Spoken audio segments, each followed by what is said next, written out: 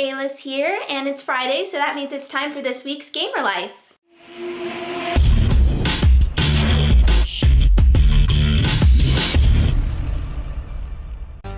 So, at the request of Captain Chris over at the Locked On Target show, we're going to be discussing, is virtual reality gaming just a gimmick? Now, I am kind of a naysayer on new technology. I didn't like the idea of the Wii. Using my DDR pad was about as far as I was willing to go outside of a controller or a keyboard for the longest time. Back in 1963, an inventor by the name of Hugo Gernsback actually made a mock-up of a TV that you could wear on your eyes. It was something that he thought would be coming in the future. Little did he know that video games were on the way and that we were going to take that idea of his and turn it into something completely new. I've actually had the pleasure of trying to use an Oculus Rift, and I wasn't impressed, and it's not because of the technology. Using an Oculus Rift can be a lot of fun, but the game that I had played was one of those things change when you look at them kind of games. I found that it didn't fit on my head very well. I'm like child-sized. I'm 5 feet tall, 110 pounds. I'm a very petite person, and I couldn't get it to quite fit right on my head. I'm sure that kind of contributed to the trouble that I had using it. But I also was just really bored because there's nothing to do on there yet. EVE's FanFest celebration was recently, which is a convention for people who play EVE Online to come together and not blow each other up in the middle of space. I haven't logged in a long time because I've decided to stop playing it for a while. It required a lot of time that I didn't have to give to it, but once a pilot, always a pilot. And EVE recently came out with a virtual reality game called Valkyrie. I'll try to get a link in here somewhere so that you can see it. If not, I'll definitely put one down below. This game actually gives me hope that virtual reality gaming will have a place for us.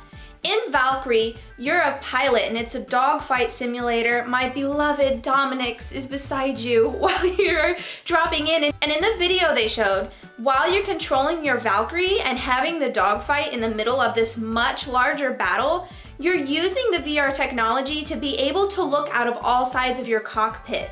So I think we've finally found something that the VR is truly uniquely used for. Imagine being able to free up other controls on your keyboard or your controller and just literally look to the side to see out your window to see if you're being shot at. This could have great applications for flight sims, space games, and even racing games. Plus, imagine in a survival horror, if you could look around one side, turn around and have something there. That would be worse than Five Nights at Freddy's ever could. The one thing I don't want to see happen with VR is what happened to games like the Wii and the Wii U. There are certainly games that have that application.